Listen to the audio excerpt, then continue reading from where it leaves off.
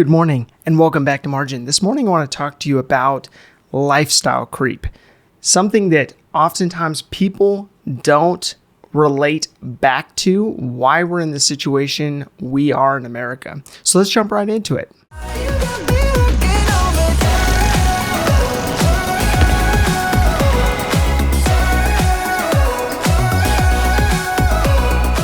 So last series, I talked to you about obstacles when it comes to debt and what situation not only our country is in, but us as consumers and us as residents of our country are in as well.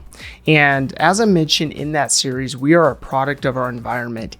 And that's why I wanted to jump into talking about lifestyle creep.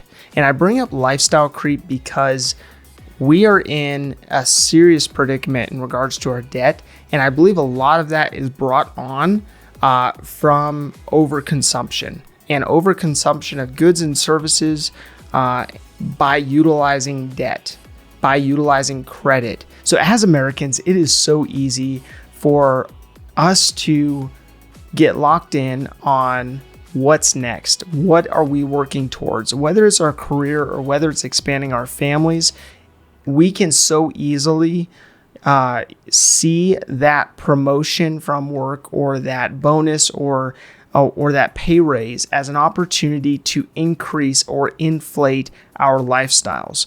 And oftentimes we justify this and this becomes a social norm because we say it, it's for the kids, or we're moving into that neighborhood in order to be closer to friends and be in the right school district. And we're driving that big luxury SUV in order to have a safe means of transportation for our families. And we go into these modes where we justify inflating our lives based on needing and having needs associated to our careers and our home lives that dictate the inflation of our lifestyles. So being a decade plus past the Great Recession, there's many aspects of day-to-day life that there are no indicators that even happened. I mean, we've surpassed so many indicators that would have been alarming, but for many, we have operated in this place of comfort, in this place of abundance, and in this place of expansion that we feel like will never end.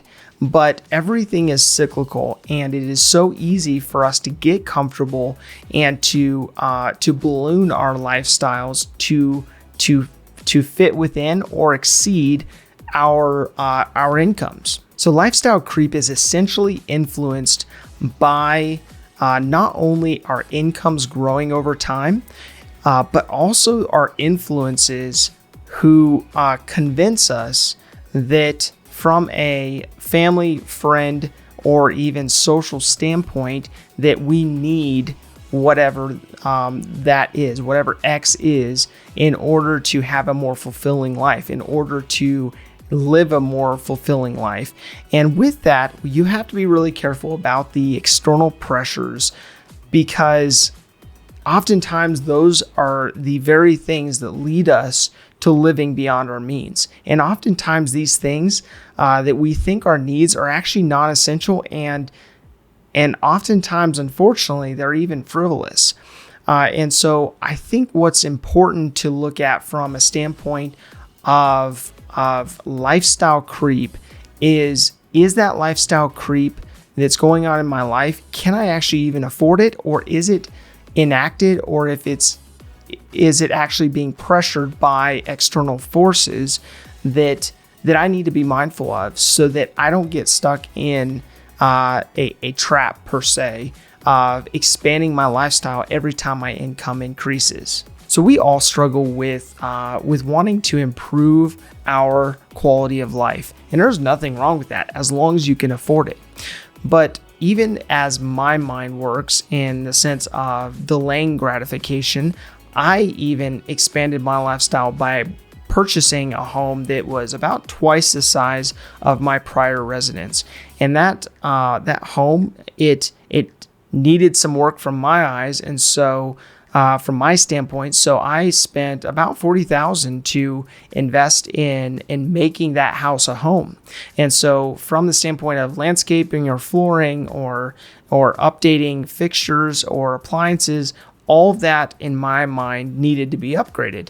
But what I realized through that process is how easy this trap is, how easy it is to expand your lifestyle and not realize how many other aspects of your life that actually affects. And as you inflate your lifestyle, you're not just buying that bigger house like I did, but my utility cost went up. Not only did the house require more energy, but also it had more rooms. I had to furnish those rooms. And beyond that, oftentimes the maintenance of a home that large was also higher as well. And so with that, you have to think about, as you inflate your lifestyle, can you reasonably add in that compound effect that can seemingly set in when you feel like, oh, well, I have this house now I need furnishings to fit that house.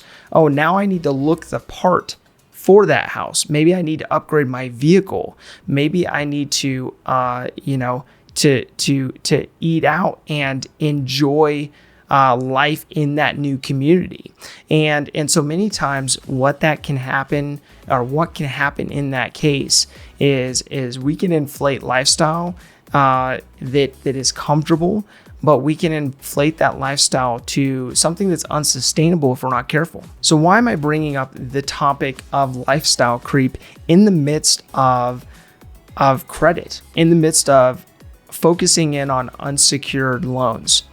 And I think what that really comes down to is the fact that these are areas that most people don't think about. They don't think about counting the cost when it comes to expanding their lifestyle and all of the aspects that counting the cost of that lifestyle would have prevented and would have protected you from. And oftentimes what we can do is not count the cost, and so therefore we press on forward, purchase whatever we have our heart and mind and eyes set on, and in retrospect not realize that we are building in less and less margin into our personal finances, and we are mortgaging our futures with those decisions. So my motivation always comes down to building more margin in my personal finances and helping other people build margin into their personal finances.